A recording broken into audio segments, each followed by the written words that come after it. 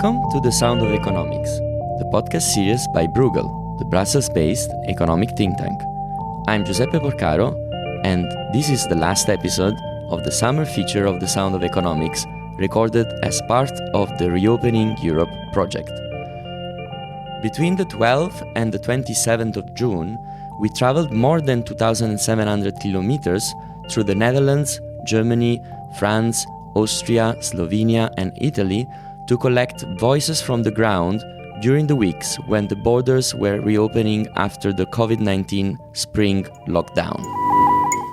And at one moment they closed off the borders. Even the one with the salary, they lost their job. Had to close the restaurant, so it was a little bit stressful. Nous avons pu travailler avec les partenaires des différents pays.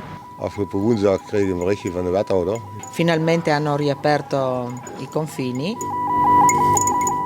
Since the beginning of the summer, the pandemic has continued to ravage the globe, and in Europe we are currently seeing a recrudescence of the infections.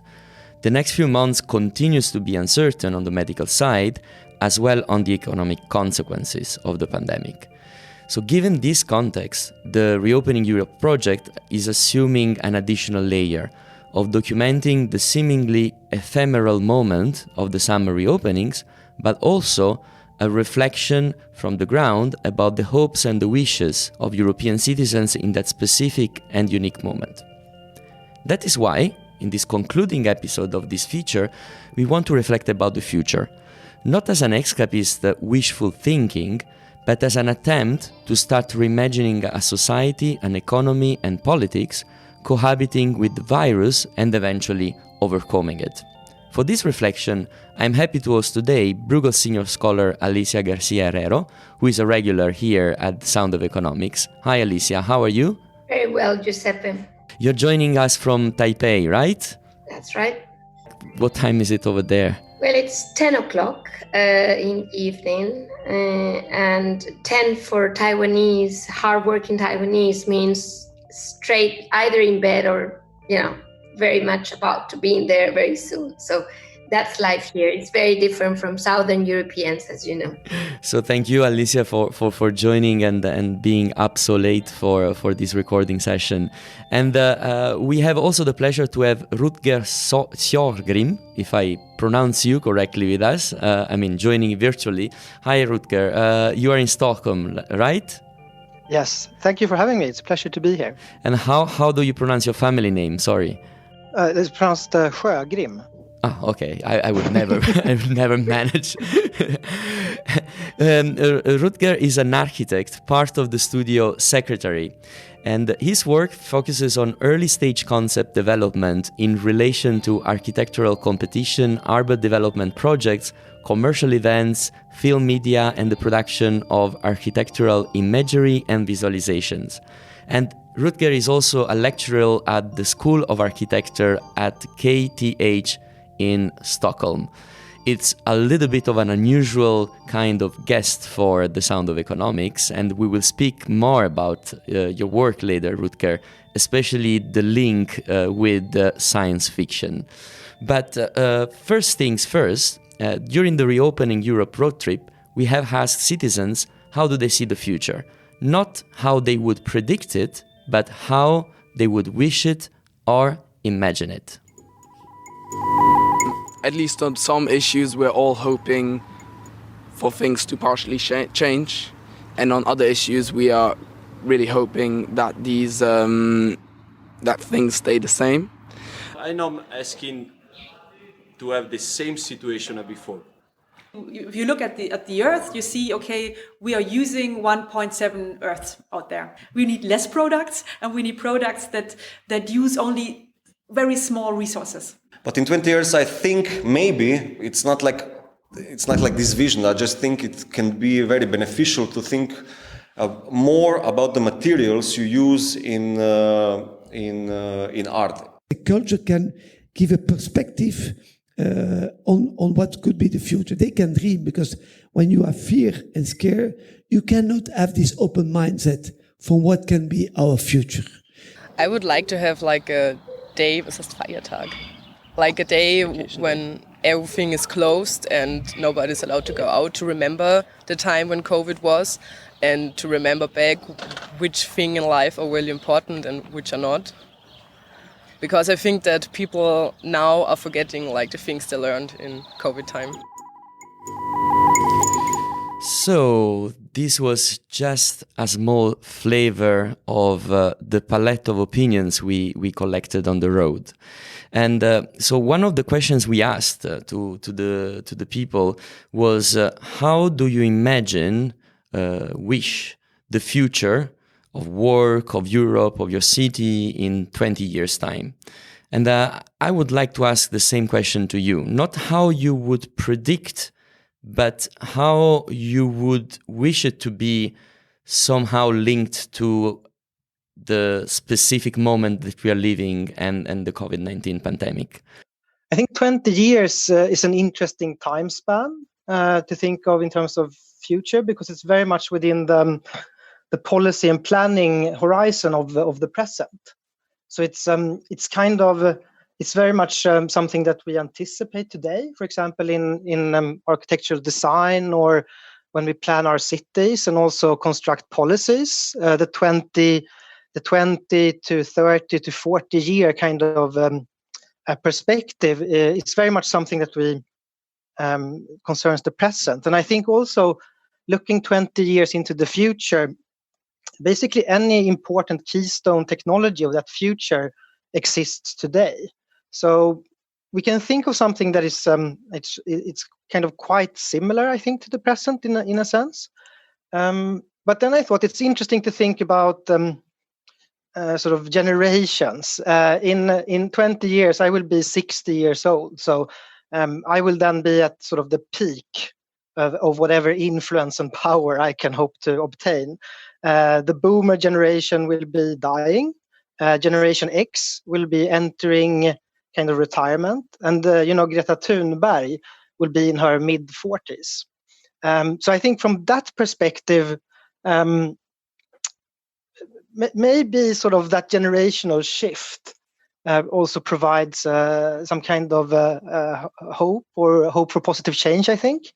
And I think if I were to hope for something, I think it would be maybe a new kind of modernity or a new kind of modern project, kind of reinvigorated belief that together we can build a world that is better for everybody, but from perhaps a more pluralistic position than the last time we tried. Some sort of neo-modernist movement. Yeah. Interesting. Alicia, what about you? Well, I'm afraid that I will be older than Rutger in 20 years' time. And I won't be at the peak, but I will be somewhere else, like literally in decline. So, I mean, from my perspective, what do I want to see as a citizen who will be literally 70 plus then? I hope that by then, 70 plus really means you still can have, a very, very dynamic life, and that you can still reshape the world as much as young people can. Because, and I want to stress this idea, because I think we are losing the wisdom, and I've lived in Asia for a long time, so I do feel that respect for the experiences that we have lived. Think about COVID-19. I mean, somebody who's been in key positions in basically taking tough decisions during this period. What can this person provide for a world in 20 years? A lot.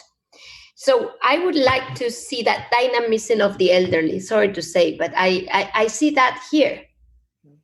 And I think it's very valuable, because you can be an aging society but continue to be dynamic in ideas, as far as you can put together the ideas from everybody, from every generation, just different perspectives. So I think we need to do that as Europeans, simply because of our demographics. It's very important for us. and if we want to keep that rhythm of what it was, what is going to be, you need to bring that wisdom. So that's first thing. The second thing I'd like to see is maybe, I'm everything but a physicist. I have no idea, but I shouldn't use this expression since I probably don't understand it, but I will use it. It's kind of thermodynamics. What I mean to say is that I would like to see a world in which I want to live where you can choose your speed at no cost, or at very little cost. Now it has a humongous cost. We are in a world of efficiency. We are in a world of production. We're in a world of consumptions.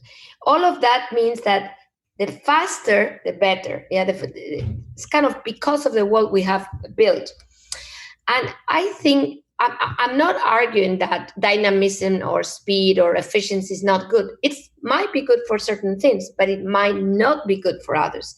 And I think we need to allow for that diversity in speed, depending on where you are. So again, going back to the elderly, respect their speed.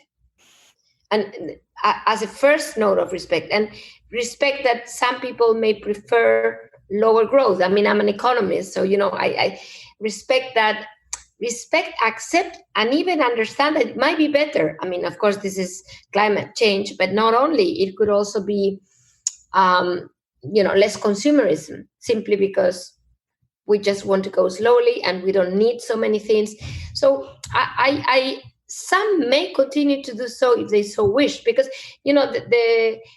I would not argue in favor of everybody slowing down, and the reason is, and I'm going to now bar the idea of course, climate change, because of all of the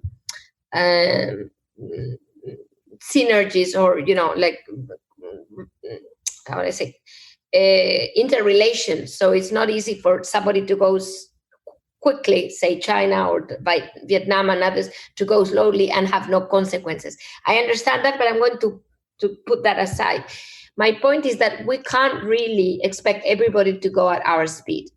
So, but find new models in which you accept the consequences and even like the consequences of different speed is something we should not be ashamed of as Europeans. We should actually sell, market around. If we were able to convince the world that actually slow is good, it's like slow food, I think it's something that we Europeans could export as ideas. Not everybody will follow, and it's fine with me. But it is nothing to be ashamed of, and I think it's very important. And COVID-19 has shown us that it's actually a plus, that you can reflect, that you can change habits if you take the time. Frankly, we were obliged to take the time for a change, but we learned that we can change.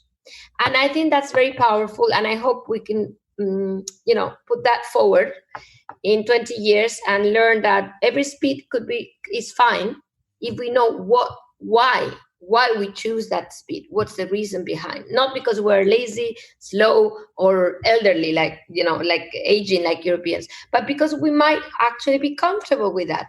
So these are the two things I wanted to mention. Yeah. That's extremely interesting, because to me, what you say, Alicia, and what Rutger said about a new sort of modernist project that at the same time takes into consideration the multiplicity rather than a one way to look at the future, the growth, the speed in this case. They look very complementary to me, and so it's very interesting that on this we can get something.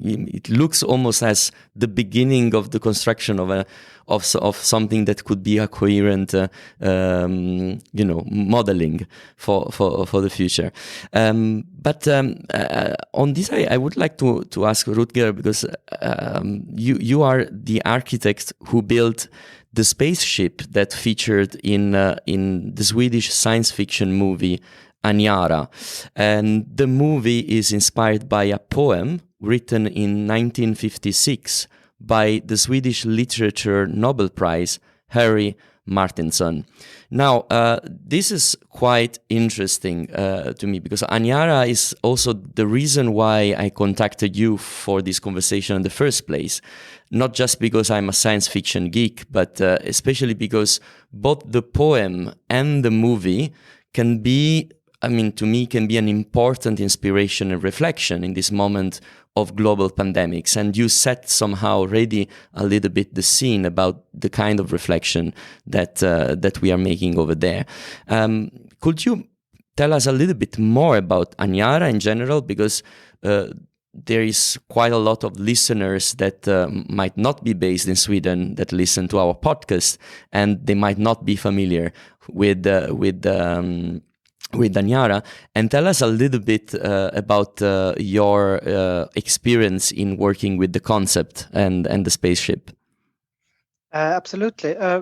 First of all, my role on this project was as a concept designer, and that's something I did together with 3 other people. So this was a kind of a shared pleasure and effort together with Andreas Nordström, Fredrik Andersson, and Kristina Sundin.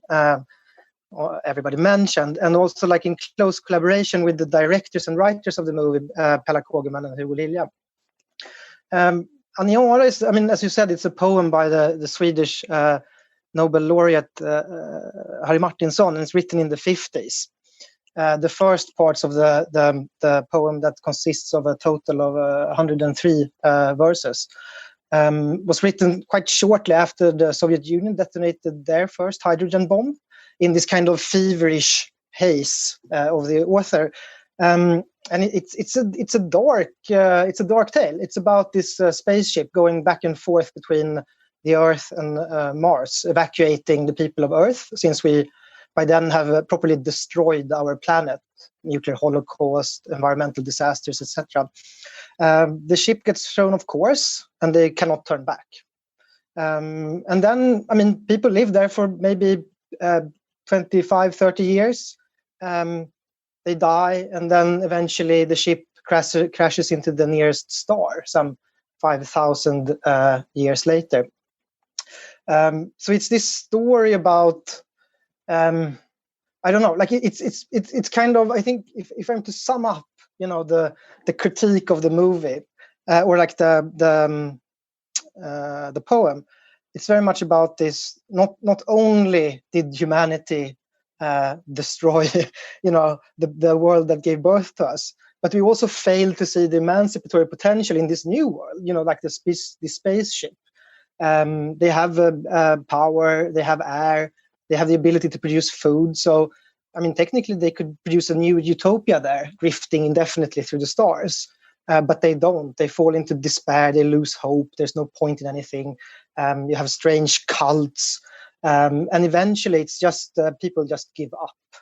So the poem is, in a sense, a very kind of idiosyncratic meditation on, the violence of humanity, and in the end, our insignificance. But one thing that struck me, and that's why I wanted to bring it also now at the end of the cycle of reopening Europe, is that actually during the lockdown, I had a lot of scenes that reminded me being on that kind of spaceship, or like Anyara kind of style thing, because you've been seeing things proliferating, like people at some point were all doing their all gardening, or like all doing like yoga sessions, or like, you could really see, sometimes you could feel kind of in this claustrophobic space of your own apartment. And I think this collective experience that we had in the lockdown is pretty much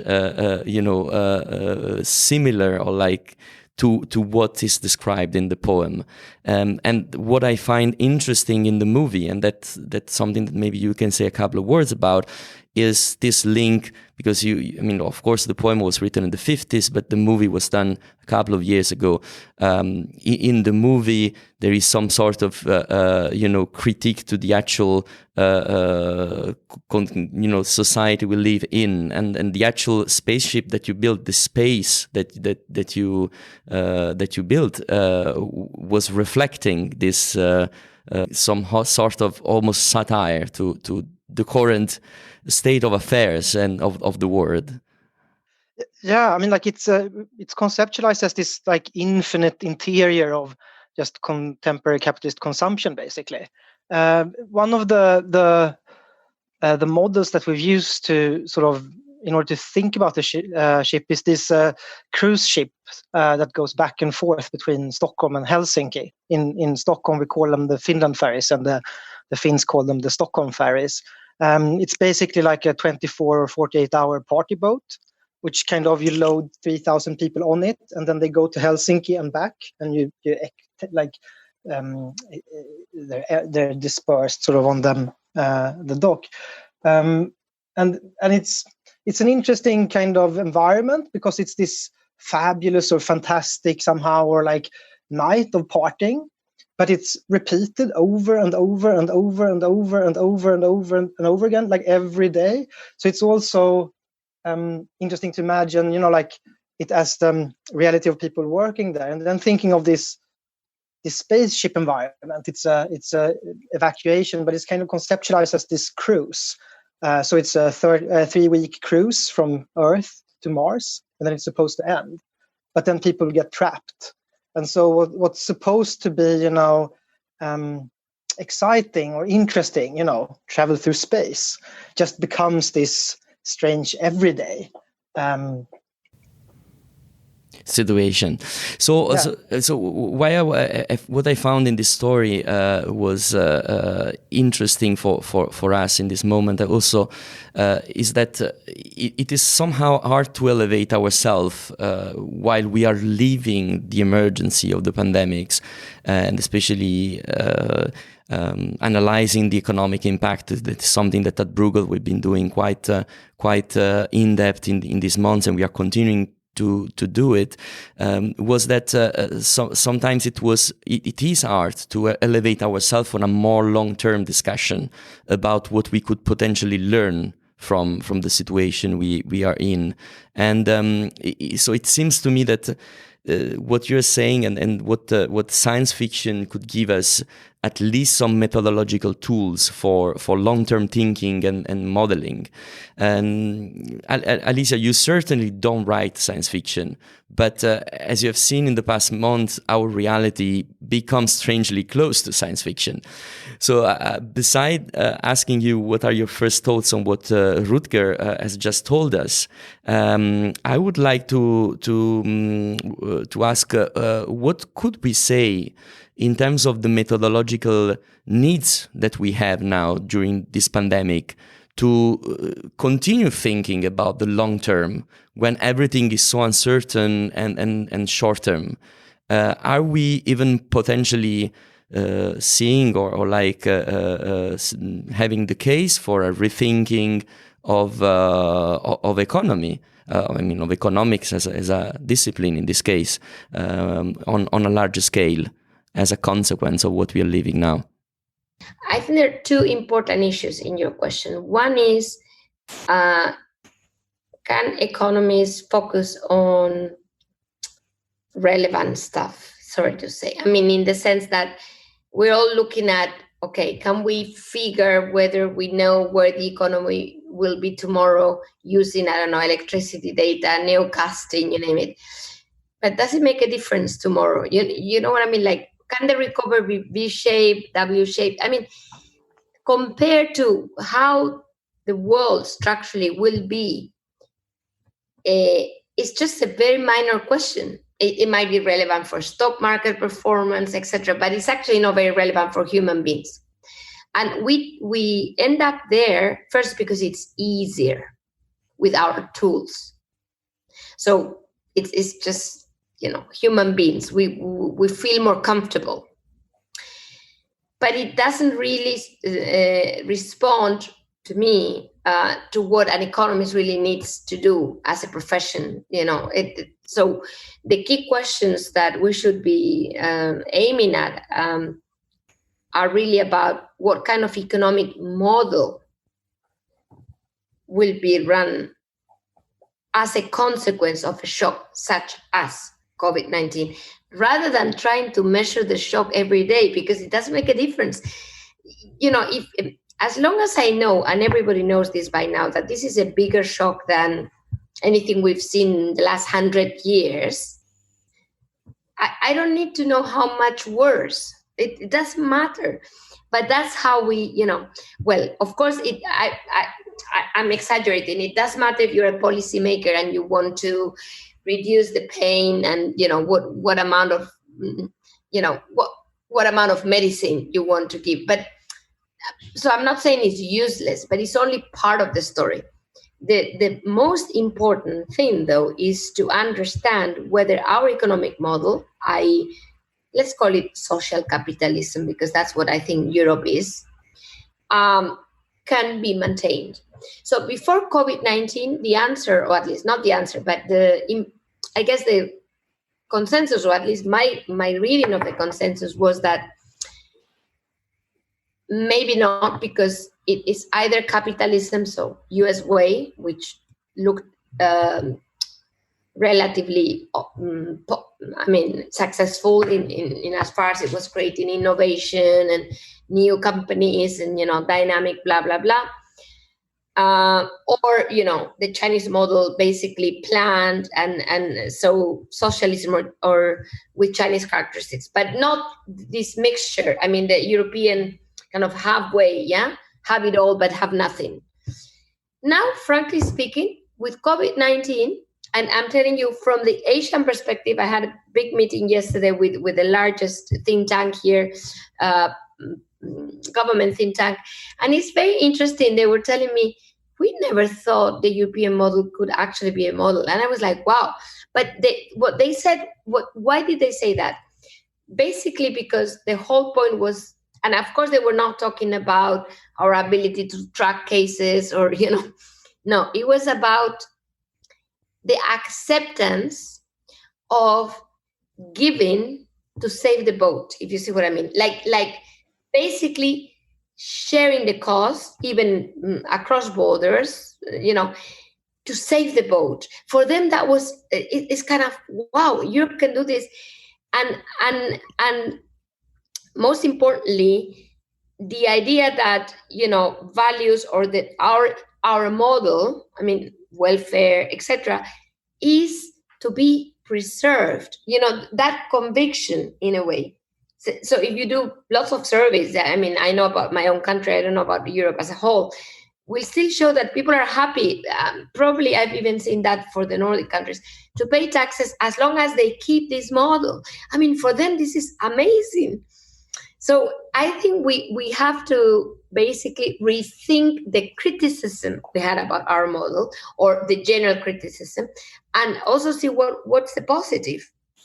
And even again, maybe portray it to others, because the key problem with our model, in my opinion, was that nobody else was following it. So it was becoming unsustainable because it was too expensive compared to, the Asian way to produce, with much lower, obviously, not only labor costs, but also security, for labor, protection, etc. So maybe now, after COVID-19 and kind of all feeling the pain of losing lives and how important it is to have a good health care system for everybody and blah, blah, blah, maybe we can be more proud first, and second, more prominent in exporting our model, because this is something that we need to realize, that if others do not follow, it's still going to be very costly, because you still can't, can't fight against it's like, again, it's like Don Quixote, with the windmill is there, and the point is you can't do anything because it's bigger than you. So, but if others follow in your behavior, I don't mean to say that we go back to colonialism and impose our ideas. But frankly, we went too far in thinking that everything we were doing was bad. And I think COVID-19 may be showing a little bit of a positive on this. Alicia, thank you.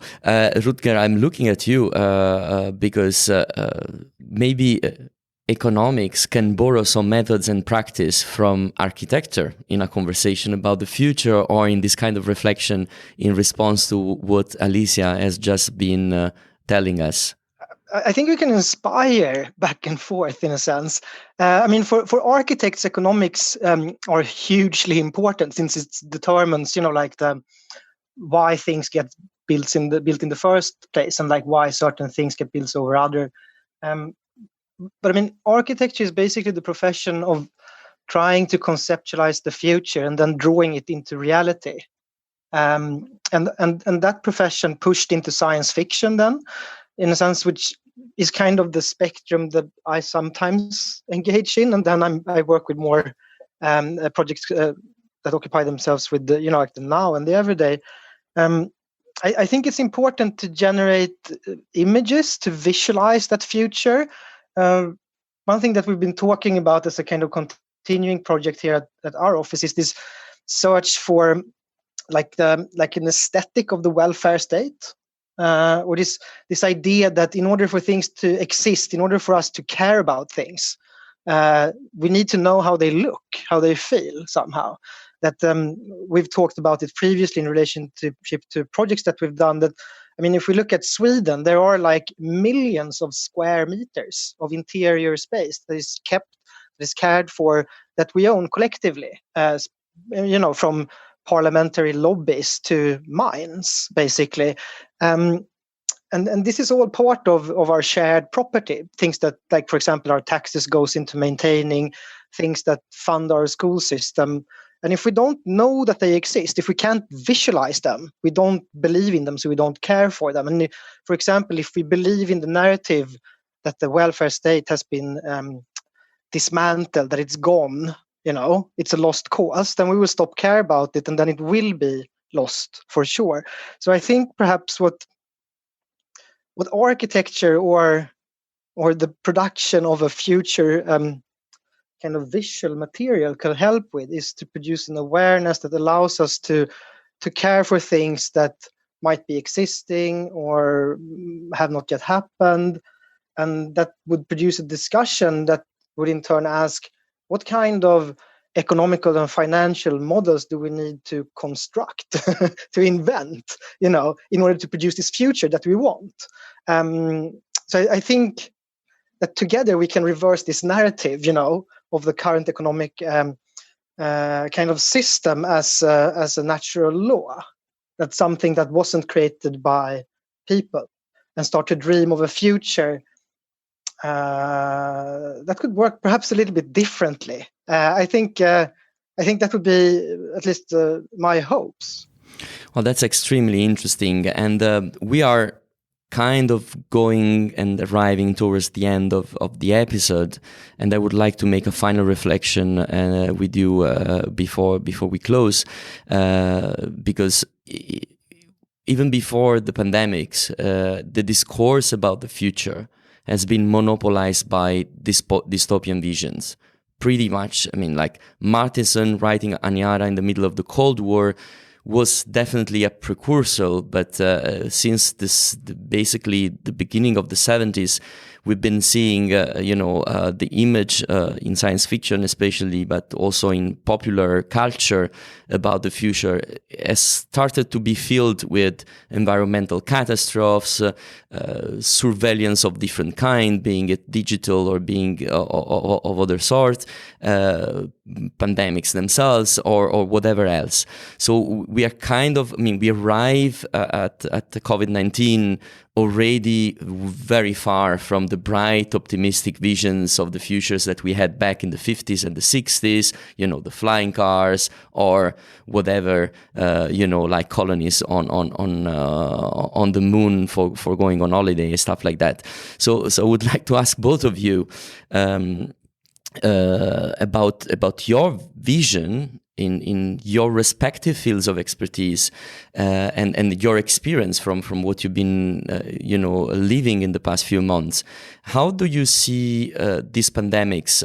I see that on one hand there is a tension between two processes here, I think, at play. One is accelerator of things which were yet in motion. They were already in motion and they seem completely fast forwarded, accelerated. But on the other hand, there is also this tension with seeing the pandemics as a disruption in terms of politics, in terms of economics, as Alicia said, but also in terms of the approach towards the narratives that relates to the future. And this is also pretty much these two elements were pretty much what we heard during our trip during the Reopening Europe traveling. Really, this is really also among the citizens. We can really see this thing. There was this gondoliere in Venice who the first thing was saying, yeah, we want things to be back because we want tourists and so on. But but now it's nice because Venice is empty and the water is clear and actually there are fishes again in the lagoon and there's been all these kind of tensions going on. So I would like to have a final reflection on this disruption or acceleration. Striking a tone of hope or positivism. In relationship to this, like we need to produce like a new visual or like a new concept of the future in a sense that is like that is based on this idea that we can make it better together. Then I would say, yeah, the best thing would of course be that this kind of pause or this break in the flow of things as usual that the pandemic has produced would provide the space for reflection and for some kind of new awareness to gain a sort of a stronger foothold. I think. I mean, if we look around the world we produced, it's not a super great place actually. So there's plenty of improvement to do, and maybe this, like, I think Alicia, what you said about speed, the speed of life. And the kind of the need to have a slower pace in the beginning of this discussion is super important. And I think that there's a hugely important point in producing sort of free time that is not capitalist production and time that is not recuperation or biopolitical production that needs to sustain, like the capitalist production in terms of making food, giving birth, etc. But we need to produce like other time. That could be civic, that could be social, that could be political and engaged, but might also be completely wasted or useless. And I think maybe this break or this space that the pandemic has produced for, the ones fortunate enough to take a break, we should also be clear that, the working poor can't take a break. They have to work still. That's why they're hit, the hardest by also the pandemic. I think this break might be something that we could invest in for more utopian purposes, perhaps. Alicia, your final reflection. Fascinating, Rutger. Very interesting. I would only add something very concrete and simple. The gondoliere, that you were referring to. Think about having the same, his objective, of course, is to make a living. But his wish is to keep his beautiful town or city beautiful. It's like, how do you do both? So very simply, imagine a world where you travel because there is a real need. Not a need, because there's a real reason. Maybe you don't need to rush and stay a day in Venice, but you actually go, as in the good old times, and spend 6 months and you write a beautiful novel, or you come up with a wonderful, biotech project thanks to the different waters of Venice. I'm just saying that we were doing things really, as we say in economists, her behavior. I mean, for no reason. I think the gondolier can be happy if people do things for a reason, for a good reason, and still make a living. So it's not so much about either or. That was what I was trying to say. Disruption or fast forwarding. It could be still, I mean, understanding that we're social beings, we're political beings, but we're also economic beings. Yeah, we need to still think about how to make a living, survive, I mean, etc. We may not need to consume so much, but we still need to consume something because we need to survive, etc. But if we make those things more, with more brain, to make it very simple, I think the whole thing becomes more sustainable. It's not about changing radically, but frankly, we were on a path of stupidity. Let's face it. I mean, people were going to places just to see something you can see on the internet, not even having any experience. So I just think this COVID-19, we should also think of it as a wake-up call, of how stupid we can be. I mean, the economic rationale of many things we were doing was nil. So we don't need to kill it all, but we just need to reshape it. And so I'm just saying, I just think this is very important what you did with your, because people are wiser than we think. If they say that, they mean it. Yeah, they mean that not everything was bad, and in fact it wasn't. So let's get these positive things we reflected on, because we were obliged to pause, as Rutger was saying. Maybe only when we're obliged to pause we think, maybe, and that in itself is quite important. So I just think we should all be making a list of what we learned.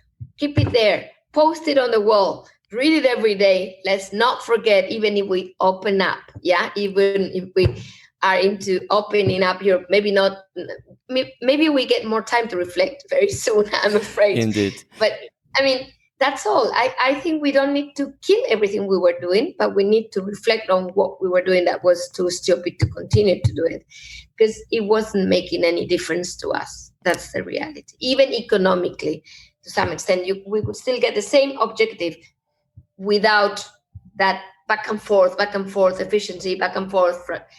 With that part, I think we can just let it go, frankly speaking. It will be good for everybody, including the environment. Thank you, Alicia. Thank you, Rutger, for joining this conversation. It was really a good way for rounding up this special feature of the Reopening Europe Summer, feature of The Sound of Economics. And I would like to remind all our listeners that they can find all the 5 episodes of the series, as well as the videos, the information about the project, on the website www.reopeningeurope.com. And on the 2nd of September, during Bruegel annual meetings, we will launch a documentary from the road trip of Reopening Europe, and you can keep up to date with the launch and the program of the annual meetings on the website www.bam.bruegel.org. Thank you for tuning in to The Sounds of Economics. Until next time, bye-bye.